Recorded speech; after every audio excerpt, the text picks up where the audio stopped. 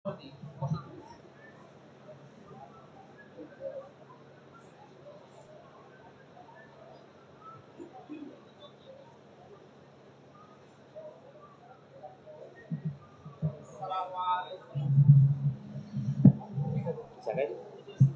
দেন, সামান্য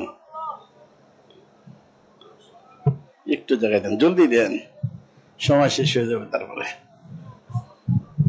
আসসালামু আলাইকুম রহমতুল্লাহ বারাকাতুহু। ভাই, কোন মুকদ্দমা ছাড়া একটা কথা আমি আপনাদের থেকে জানতে চাই। এই আপনারা যারা এখানে আসছেন এই ময়দানে, আলহামদুলিল্লাহ মুসলমান, আমরা যাইতে চাই কোথায়? জান্নাতে। জাহান্নামে তো না। হ্যাঁ, তো জান্নাত ওলামায়ে কেরাম জানেন, আপনারাও জানেন, জান্নাত হলো উপরে। কোথায়? তো ঊর্ধ্ব জগতের নাম হলো এই যে বুজুর্গদের নিকটে আসছে, আল্লাহ ওয়ালাদের পরিভাষায় আলমে লাহুত বলা হয়। কি বলা হয়? আলমে লাহুত। তো জান্নাত হলো আলমে লাহুতে।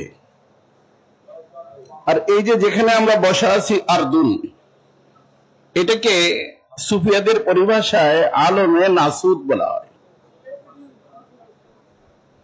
তো একটা হলো আলমে লাহুত, একটা হলো আলমে নাসুদ। জান্নাতের অবস্থান, জান্নাত হলো আল্লাহ পাকের গেস্ট হাউস, মেহমান খানা। এটা আল্লাহ বানাইছেন লাহুতে। আর জাহান্নাম, এটা হলো আল্লাহ পাকের জেলখানা। এটা আল্লাহ বানাইছেন নাসুতে। এজন্য বর্তমান আমরা যেখানে আছি এইটাই জাহান্নামের এরিয়া। তো আমরা সবাই যেহেতু যাইতে চাই কোথায়? আর জান্নাত কোথায়? লাহুতে। এজন্য মানুষকে আল্লাহ বানাইছেন দুই জিনিস দিয়া। কয় জিনিস দিয়া? খুব লক্ষ্য করবেন, সবাই যারা শুয়ে আছেন তারাও লক্ষ্য করবেন। কয় জিনিস দিয়ে বানাইছেন? একটা হলো লাহুতি, একটা হলো নাসুতি। লাহুতি যেটা, এটা অদৃশ্য, ওটার নাম হলো রূহ। নাম কি? রূহ। আর দেহ যেটা, এই যে দেহ, এটা হলো নাসুতি। এটা বানাইছেন আল্লাহ নাসুতি জিনিস দিয়া। তার ভিতরে চার জিনিস: মাটি, নরম করতে পানি, গরম করতে আগুন, শুকাইতে হাওয়া। কয়টা হলো? এই চারটা জিনিসের সম্পর্ক নাসুতের সাথে। তো লাহুতি রূহ আর নাসুতি দেহ যদি একসাথে থাকে, এর নাম হলো হায়াত। কি নাম? যেরকম এই মুহূর্তে আমরা যারা বসা আছি, আলহামদুলিল্লাহ, কয়টা জিনিস আছে? একটা হলো অদৃশ্য, যার নাম হলো রূহ, আসছে থেকে লাহুত থেকে। আর একটা হলো দেহ দৃশ্যমান, ওটা আসছে থেকে নাসুত থেকে। তো লাহুতি আর নাসুতি যদি একসাথে থাকে, এর নাম কি? হায়াত। তো আমাদের জন্য আল্লাহ পাক দুইটা হায়াত বানাইছে। একটা হলো প্রথম হায়াত, একটা হলো দ্বিতীয় হায়াত। এই যে প্রথম হায়াত যেটা, এটা বর্তমানে আমরা আছি, এটা প্রথম হায়াত। আর আরেকটা হায়াত আমাদেরকে আল্লাহ সামনে দিবেন। এই হায়াত সীমিত। সীমিত মানে শুরুও আছে, শেষও আছে। আমরা দেহ নামী গাড়িতে বসছি, দেহটা সচল হয়েছে, সচল হওয়ার নাম হায়াত। দেহের থেকে রুহু যদি নেমে যায়, দেহটা কি হয়ে যায়? অচল হয়ে যায়। অচল হওয়ার নাম মউত। তো একবার যে ঢুকছে, সে আবার কি? নামবে। কিন্তু সামনে একবার যাইয়া ঢুকবে তো আর নামবে না। যার কারণে ওই হায়াতের নাম হায়াতে আবাদি। বলেন, হায়াতে আবাদ মানে সর্বদা, যার শুরু আছে, শেষ নাই। তো আল্লাহ পাক আমাদেরকে দুইটা হায়াত দিচ্ছেন। প্রথম হায়াতে এখন আমরা কয় জিনিসের? দুই জিনিসের। একটা হলো লাহুতি, একটা হলো নাসুতি। নাসুতি যে দেহ, এই দেহের মধ্যে একটা জিনিস আছে, ওটার নাম হলো নফস। ওটার নাম কি? নফস। তো এই যে দেহ, এই দেহ শক্তি পায় দুটো জিনিস করলে। কটা জিনিস? একটা, যদি দেহটা সুস্থ থাকে, দেহটা কি থাকে, আর দেহকে টাইম টু টাইম খাবার দেওয়া যায়। এই যে দুপুরে খানা খাইতে একটু দেরি হচ্ছে, দেরি হয়েছিল, আমার শরীর কাঁপতেছিল, তো এই যে খাইলাম, এই হুজুররা যা খাওয়াইলেন, নাসুতি খাবার খাওয়াইছেন। খাইছে কে? নাসুতি দেহ। নাসুতি দেহের খাবার নাসুতি, বুঝলেন? যা ভাত মাছ গোশত টোস যা পাকাই পোকায় খাইতেছেন, সব মাটি খাইতেছেন। কি খাইতেছেন? মাটি। তো এই দেহ নাসুতি, এর খাবার নাসুতি। তো এই দেহটা যদি সুস্থ থাকে আর খাবার যদি সময় মতো দিতে পারেন, তাহলে দেহ কি পায়? শক্তি পায়। তো দেহ যদি শক্তি পায়, তো দেহের সাথে সম্পৃক্ত যে একটা জিনিস আছে, যেটার নাম কি? নফস। নফস শক্তি পায়। কে শক্তি পায়? আর নফসকে আল্লাহ তাআলা বানাইছেন কিসের জন্য? খারাপ কাজ করার জন্য, খারাপ কাজের নির্দেশনার জন্য। ইন্নান নাফসা লাআম্মারাতুম বিসসু ইল্লা মা রাহিমা রাব্বি। দুনিয়া যত অন্যায় অশ্লীল কাজ আছে, সমস্ত অন্যায় অশ্লীল কাজের নির্দেশনা দেয় কে? নফস। তো আপনি যদি নাসুতি খাবার নাসুতি দেহকে দেন আর একে সুস্থ রাখেন, তাহলে একটা শক্তি হবে। এই শক্তিটা দেহের শক্তি। কিসের শক্তি? এই শক্তিটা কাজে লাগবে নাসুতি জগতে। কোথায়? নাসুতি জগতে। আর যদি আমার দোস্ত, ওই যে লাহুতি যে রুহ, লাহুতি রুহ, লাহুত অদৃশ্য, রুহ অদৃশ্য। ইহুদরা জিজ্ঞেস করলো রুহ কি জিনিস হে মুহাম্মদ? আল্লাহ পাক উত্তর দিলেন, ইয়াসআলুনাকা আনির রূহ কুলির রূহু মিন আমরি রাব্বি। আমরি রাব্বি। তো রূহটা হলো আল্লাহ পাকের একটা হুকুমের নাম। কার হুকুম? আল্লাহর হুকুম। তো দেহ মাটির, খাবার মাটির। ওই মনে থাকবে, দেহ মাটির, দেহ নাসুতি, খাবার নাসুতি। দেহের রোগ হয়, ডাক্তার সাহেবানের নিকট যান, তাই না? একজন মানুষ খায়, বল নাই, শক্তি নাই, ডাক্তার দেখাও। ডাক্তার নিকট যায়, দেখে যে ভাই তার হলো ডায়াবেটিস। ট্রিটমেন্ট নেয়, তারা ট্রিটমেন্ট নিলে কি হয়ে যায়? সুস্থ হয়। এখন খাবার পাইলে কি হয়? শক্তি হয়।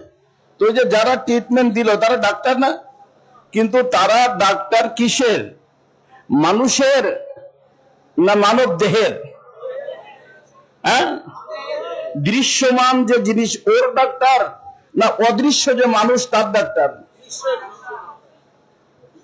যত ডাক্তার সাহেবান, 100 বেড, 150 বেড, 200 বেড, 500 বেড, যত ডাক্তার ওখানে থাকে, সব ডাক্তার হলো দেহের।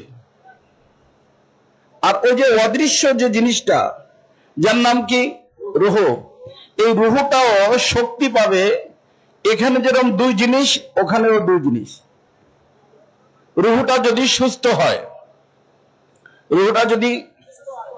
রূহটা রোগে আক্রান্ত হয়, কিসের কারণে? নফস এবং শয়তানের কারণে। কার কারণে? কিছু রোগ হয় নফসের কারণে, কিছু রোগ হয় শয়তানের কারণে। বুঝছেন? তো নফস এবং শয়তানের যে রোগ হয়, এটা হলো 10 প্রকার। এই 10 প্রকার রোগ থেকে যদি রূহটা মুক্ত হয়, আর টাইম টু টাইম রূহকে খাবার দেওয়া যায়। কি দেওয়া যায়? খানা দেওয়া যায়, টাইম টু টাইম খানা। তাহলে রূহের একটা শক্তি হয়। কি হয়? ওই রূহের শক্তির নাম হলো রুহানি শক্তি। কি নাম? আগেরটার নাম দেহের শক্তি, এটার নাম রুহানি শক্তি। রুহু আসছে লাহুত থেকে। রুহু যদি শক্তিশালী হয়, রুহু যদি শক্তিশালী হয়, তাহলে দেহকে নিয়ে জান্নাতে চলে যাবে। আর যদি রুহু দুর্বল হয়, নফস শক্তিশালী হয়, তাহলে রুহুকে নিয়ে এই জন্য আল্লাহ সিস্টেমটা এমন রাখছেন, খুব লক্ষ্য করবেন। হাসরের ময়দান নাম শুনছেন না? হাসরের ময়দান থেকে আল্লাহ পাক একটা ব্রিজ তৈরি করছেন। এই ব্রিজ পার হওয়া ছাড়া কোন ব্যক্তি, নবী, রাসূল, গাউস, কুতুব কেউ জান্নাতে যাইতে, কারণ সেটা হলো ঊর্ধ্ব জগতে, আর ব্রিজ শুরু হয় হলো নাসুর থেকে, আর ওই ব্রিজের নিচ দিয়ে আল্লাহ পাক জাহান্নামকে রাখছেন। জাহান্নাম কি রাখছেন? দাও দাও করে আগুন জ্বলতেছে। আল্লাহ রাসূল বলেন আদাক্তু মিনাশ শার, ওই ব্রিজটা একেবারে চুলের থেকে চিকন, হীরার থেকে ধার। তো এই জিনিসটাকে আপনাকে এবং আমাকে সকলকে পার হইতে হবে। তো ওই পার বাবা নাসুতি শক্তির দ্বারা হবে না। ওই ব্রিজকে পার হতে হলে রুহানি শক্তি লাগবে। কি শক্তি লাগবে? রুহানি শক্তি। এই রুহানি শক্তির কয় জিনিসে হবে? রুহটা যদি রোগ মুক্ত হয়, টাইম টু টাইম খাবার পায়। রুহের খাবার, রুহু আসছে ঊর্ধ্ব জগৎ থেকে, খাবার আসে কোথা থেকে? ঊর্ধ্ব জগৎ থেকে। রুহু হলো আমরে রব্বি, আর রুহের খাবার হলো জিক্রে রব্বি। মনে রাখতে পারবেন? রুহু হলো আর খাবার হলো আল্লাহ পাকের জিকির দুই ধরনের। 25 পর্যন্ত বলবো, 4 মিনিট আছে আর। আল্লাহ পাকের জিকির কয় ধরনের? জিকির মানে স্মরণ, জিকির মানে, তার অর্থ এই মুহূর্তে আমার আল্লাহ আমার থেকে কি চান এটাকে স্মরণ রাখা। সেটা করণীয় হইতে পারে, বর্জনীয় হইতে পারে। নামাজের অর্থ হইছে আল্লাহর হুকুম, নামাজ পড়ো। একজন লেডিস সামনে আসছে, আল্লাহর হুকুম যে মাথা নিচু করো, তো মাথা নিচু করার হুকুমও আল্লাহর, নামাজ পড়ার হুকুমও আল্লাহর। তো এই মুহূর্তে আমার আল্লাহর আমার উপরে কি হুকুম, এইটা মানার নাম জিকির। মনে রাখতে পারবেন? এটা মানার নাম জিকির। তো সেটা করণীয় হইতে পারে, বর্জনীয় হইতে পারে। পুরা কোরআনে কারীমের মধ্যে দুই ধরনের হুকুম পাবেন, করণীয়, বর্জনীয়। এখন এই করণীয় কাজটা করব কার তরিকায়? মুহাম্মাদুর রাসূলুল্লাহ, আল্লাহ রসুলের তরিকায়। বর্জনীয়টা ছাড়বো কার তরিকায়? আল্লাহ রসুলের তরিকায়। মনে করেন নামাজ পড়লাম, করণীয় হুকুম কার তরিকায়? আল্লাহ রসুল বলছেন সাল্লু কামা রাআইতুমুনি উসাল্লি, এটা আমার তরিকায় নামাজ পড়ো। দেখুন নামাজ তো পড়লাম, রসুলের তরিকা নাই।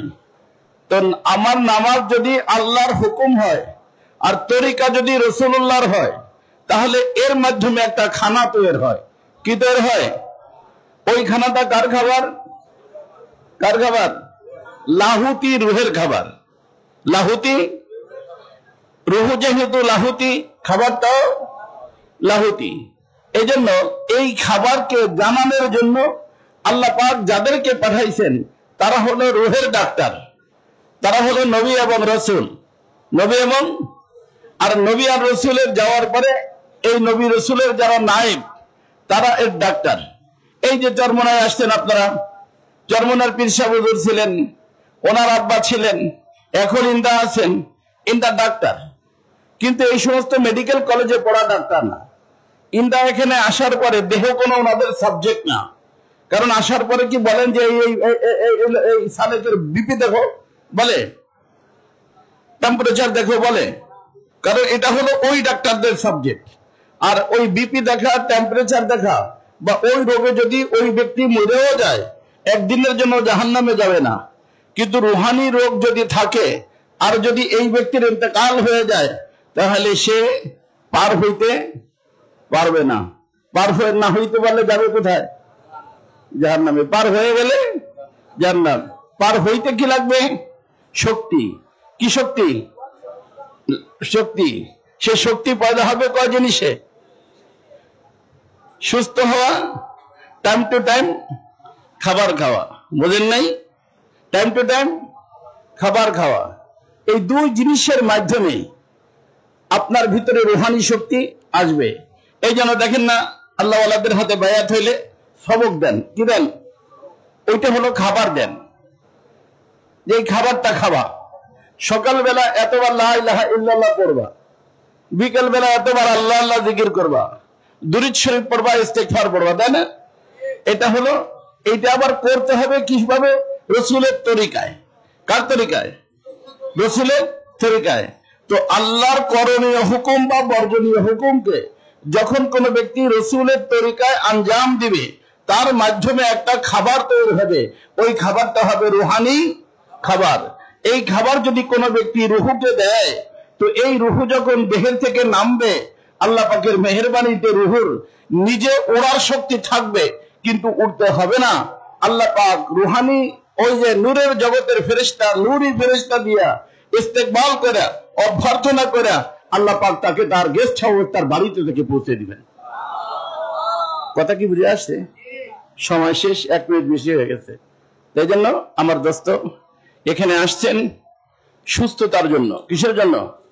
পীর সাহেব যারা আছেন ওনারা ব্যস্ত থাকেন, অনেক কাজ করেন, ওনাদের খোলাফায়ে কেরাম আছেন পুরো বাংলাদেশে, আপনার এলাকাও আছে। তো হযরতের অনুমতি নিয়ে পীর উনি তার মাধ্যমে জিজ্ঞাসাবাদ করে চলার জন্য চেষ্টা করবেন। যে এখন আমার জ্বর হয়েছে, ঢাকা তো যাইতে পারতেছি না, ওদের ওষুধ দেয়, পীর সাহেবের কাছে যাইতে পারতেছি না। এদের নাম হলো ইসলাহি মুরব্বী। কি নাম? ইসলাহি মুরব্বী। একটা হলো বায়াতের মুরব্বী। বায়াত তো হুজুরের হাতে হয়েছেন, ইসলাম নেবেন কার থেকে? হুজুর যদি অনুমতি দেন তাহলে স্থানীয় ডাক্তারদের থেকে, বুঝছেন, তাদের থেকে ইয়া আল্লাহর হুকুমকে রসুলের তরিকায় চলার জন্য, মানার জন্য চেষ্টা করবেন। তো রুহু খাবার পাবে। এই শক্তিশালী রুহু যখন নফসের সাথে মোকাবেলা হবে, রুহু জিতে যাবে, নফস হারিয়ে যাবে। আল্লাহর মেহেরবানিতে আপনি জান্নাতি হয়ে যাবেন। কথা বুঝে আসছে? আল্লাহ তাআলা আমাকে আপনাদের সবাইকে তৌফিক দান করেন। ওমা আলাইনা ইল্লাল বালাগ। মাশাআল্লাহ, হাইয়াকাল্লাহ, বারাকাল্লাহ। হযরতকে আল্লাহ তাআলা নেক হায়াত দান করুন, সকলে বলি আমিন। সম্মানিত হাজিরিন, এখন আপনাদের সামনে গুরুত্বপূর্ণ বয়ান পেশ করবেন ঐতিহ্যবাহী চট্টগ্রাম নাজিরহাট জামিয়া ফারুকিয়ার সম্মানিত মুহতামিম হযরত মাওলানা সলিমুল্লাহ সাহেব দামাত বরকতুহুম আলিয়া। বয়ান পেশ করবেন আলহাজ হযরত মাওলানা সলিমুল্লাহ সাহেব, মুহতামিম জামিয়া ফারুকিয়া নাজিরহাট চট্টগ্রাম।